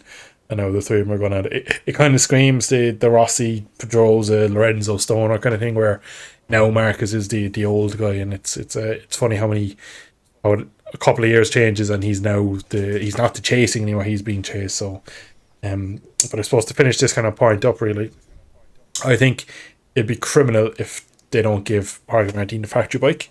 I suppose Marcus is not that old, so it's not really like he's going to have one or two more good seasons. He could probably go for another 5, maybe. Yeah, potentially. I don't think there's any question of his speed. Like, again, a lot of times this year when I see him not doing too well, I think, it's probably the bike though, really, unfortunately for him. I think that, like, anytime, like this weekend now, it's just like, oh yeah, the Jerez test has hurt the 23s, and the older equipment and the factories now are making a step, because it looked like the 24 bike was the bike to be on all weekend. It looked like as well the gaps in other manufacturers looked to be slightly bigger. I actually disagree with that a little bit. Really? I think the 23 looked about as competitive as it has all season this weekend. They actually had 3 riders on it, very competitive. Yeah, I suppose I was kind of in Friday. I agree with the Ducatis. I think are now ahead of the rest of the pack more with that part of it, but I don't think the 24. I think if anything, the 23 is now maybe closer to the 24, because both of the R46 guys. Plus, it was only Alex Marquez that was nowhere really, wasn't he? he was like battling with Miller. I don't know who's battling Miller with, and crashed. people he shouldn't have been battling with. Well, yeah, there you go. I don't know if Alex Marquez crashed. No, Miller crashed. Miller crashed. Chalk. Yeah, Miller crashed. Yeah. But to the point I was kind of making, it's probably gotten lost in translation there, is that I think for the first time on a Friday, Marquez looked kind of poor and the GP23 looked poor. I think we've seen the Digi and Bezecchi gain a lot from the Jerez test and become probably closer to Marquez than they've been. And I think that's them coming back to where they should be instead of the gap between the 23 and the 24 closing, because I still think That's true. I still think Marquez was further away this weekend, even though he ends up getting 2 P2s, almost wins. Technically, the last race was down to the last sector. He could have maybe won it if there was a mistake for Martin in the sprint. Like, Marquez doesn't stop his qualifying. Could he get a double win? Maybe. I still wonder about Jorge Martin if he was like, we've seen Pecco can handle battling wheel or handlebar to handlebar to Marquez. I don't know about Jorge Martin. I kind of want to see it happen. I want to see what happens when they rough each other up. The only kind of history we have of that at the moment is Valencia of last year, which was not even battling. That was just kind of Silverstone 21. 21 where? Silverstone 21. Remember Martin? It was into Marquez. the end of the back straight. He duffed Marquez up a bit. Marquez just rode into the side of him at the next corner, just knocked them both off. It was such a rookie error. Yeah, that was crazy. Another one. So again, when they do battle, they come together. So it's quite similar to Marquez and Pecco, really. When they get close, there's usually contact. Who hasn't Marquez come together? Yeah, exactly. Let's be honest. Yeah, there's not many. There's not many people on the grid. Maybe Luca Marini. That's probably about it. I'm racking my brain out to try and find that one time where Marquez was that slow and Marini was that quick. Can't. Well, Marini wasn't a Ducati for that. Yeah, well, still. No. Was there an Austria? No. I could waste the rest of the podcast now figuring this out. That was Martin. Yeah. That was Martin and Marini. Yeah. Marini just tipped it like he wasn't there. Yeah. Anyway, as soon as I hit the end and I'll be editing, I was like, oh, Marini in that race. Oh, could have got that in the podcast. But anyway, that's kind of that point. But to finish off the podcast, other manufacturers look to be missing a bit now. So again, we just touched a second ago on the Jerez test and how it looks like maybe people have there's been winners and losers from that test, as there always is. Aprilia looked further away than they did previously. The KTM's definitely struggled. Obviously, Acosta's first kind of blip in the race into Garage Vere. Once again, Miller did Miller things. Yeah, but Miller's been crashing every race before the Jerez test as True, well, so but that's really he actually got into Q2 and was thereabouts and looked a bit better, but still kind of crashed battling kind of P10.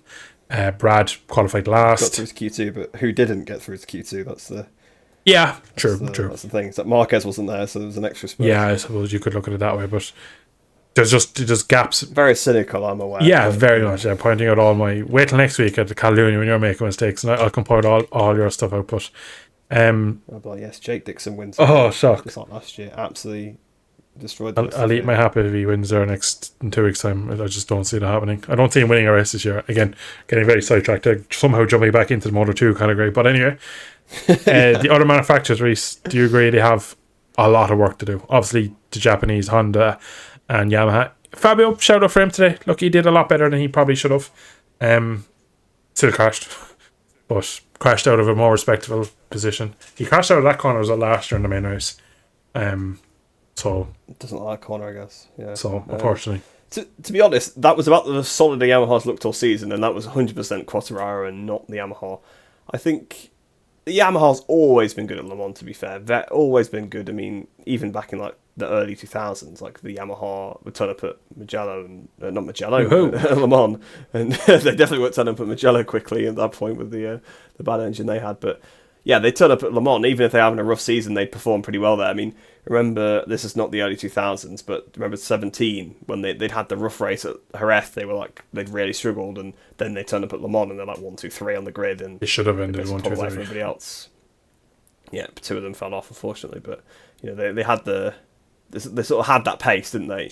So the Yamaha always works pretty well here, and I know we've said over the last couple of years those tracks don't really exist as much anymore, but it did seem like this particular weekend that maybe it did work a bit more. Fabio probably seemed to gel with the track quite well, and to be honest, from lap 1 on Friday, Fabio looked really on it this weekend, and I'd be if I'm completely honest, I think it's partially because of how good his weekend was at Jerez. I mean, he got the sprint podium on track, didn't he? I mean, I know that was a random race, but just something like that just gives you the bit of a belief. I know he's kind of resigned himself to not be fighting for podiums, but he's thought, well, you know what? If I keep on the limit and I keep riding well, if there is a bit of something going on in front, I actually can pick up a decent result. And he's running 6th, which is unbelievable. It's ridiculous. It is ridiculously high.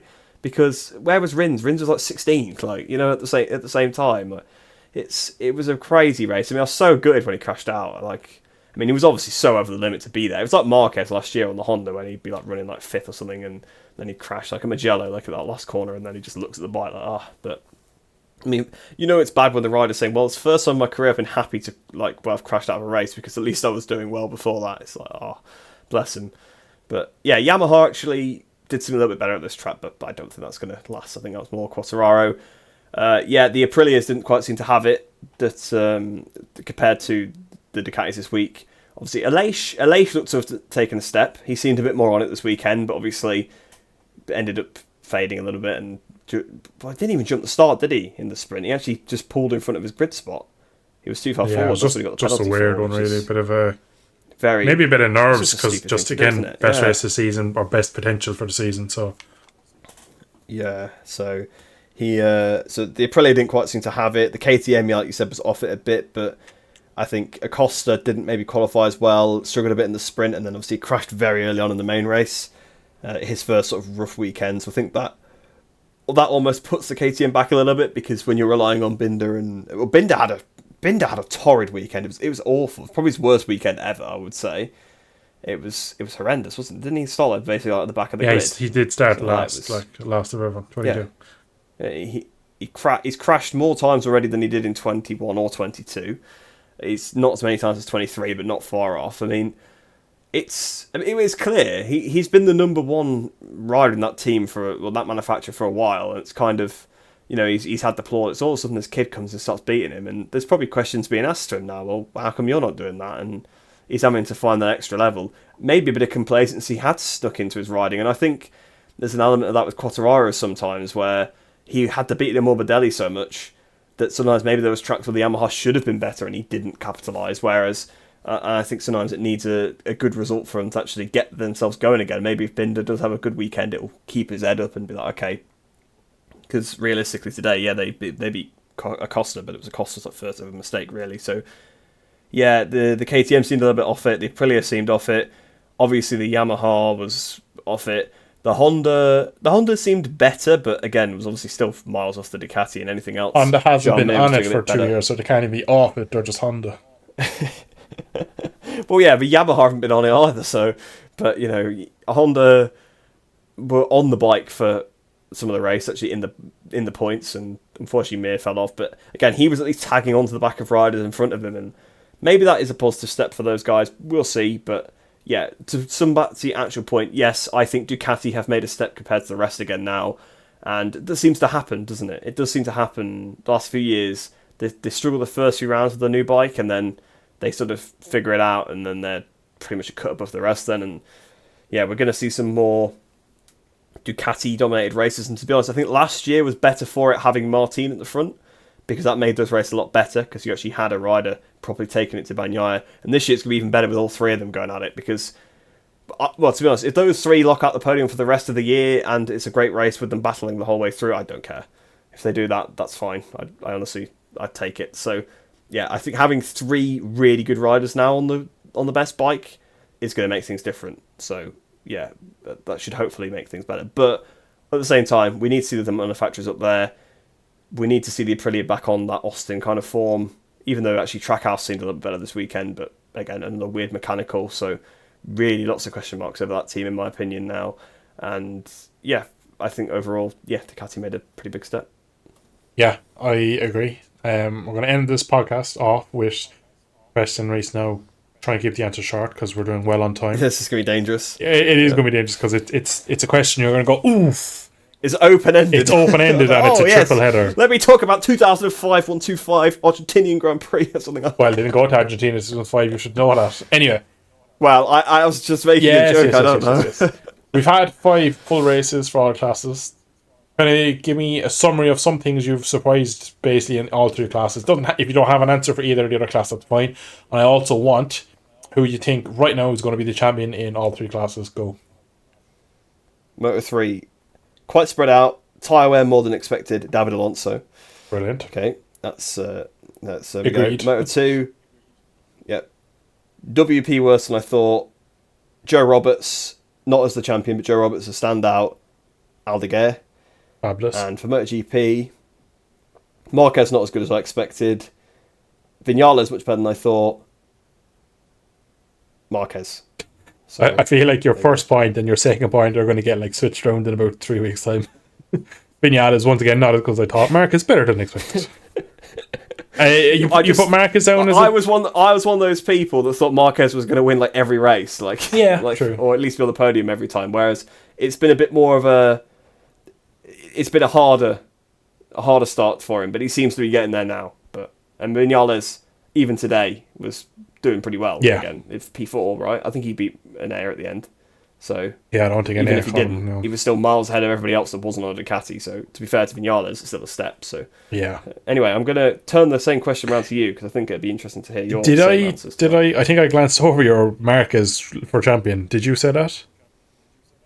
I did. Okay, fair enough. I can back it up if you want. I think it's just the fact that now he's literally pretty much as far away as Bagnaia is.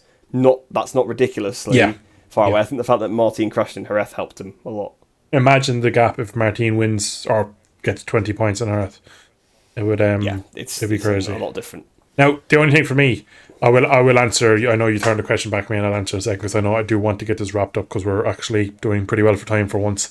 But I just think for me, Martin has a mistake in him, and 2 races a weekend, and there's so many rounds that I think it's anyone's game that. But for me, Moto 3, I agree completely with all points, including champion. Moto 2, just overall racing is so much better. And again, Joe Roberts. I'll be cheeky and go Iagora, even though I already regret saying that, but I'll go Iagora just to be different. I'm going to go Martin in the GP Championship, and just Acosta, I suppose, not even the biggest surprise, but how good. What's the champion? Yeah, Acosta's champion. Martin is my biggest surprise. I mean, he could be. We're laughing now. He could go on some runner form. Yeah. I don't see it. I think the KTM is actually holding him back more than him, to be brutally honest. I think the KTM, I think last year, what we've seen so far with this year with Digia, Bezzecchi and Marquez all being slightly uncomfortable at times with that Ducati. I think Pecco was very good at being quiet last year and not saying much about it other than Texas. And I think that's why the KTM look closer, because I think the current KTM versus the 24 GP Des Medici, I think is bigger. I think they've stepped away, whereas I think KTM not having dropped the ball because they know they came with the carbon frame and stuff, but I don't think they're as close as they probably thought they are. And I think Pedro, doing Pedro Acosta things, has made it look like that it's him, but I think, or that the bike is close and that he's making the most. So I think he was massively overriding. I think today is his first mistake on paper, but I think he's been making lots of mistakes, but he's just so good that we don't notice as many because he nearly crashed out of the sprint. He does crash out of the main race. I think he was definitely just over the limit today at a track that you're making all your time really on the braking, whereas he's been so strong. But I suppose I have to end up really, I'm going to go Jorge Martin. I just think he's learned so much from last year. And if we get to Mugello in 4 weeks time and he gets his announcement that he will be alongside Pecco, I think that would spur him on. And also, funny enough, I think if we get to Mugello and Mr. Marquez gets announced he's on the factory Ducati, I think it spurs on Jorge Martin even more. So I think on that kind of bombshell, we shall leave it there. Rhys, thank you as always for joining me. We will be back in 2 weeks for the Barcelona Momelo, the brilliant Barcelona track. It'll be hopefully another great weekend of racing, and we shall see you then. Thank you for watching. See you in the next one.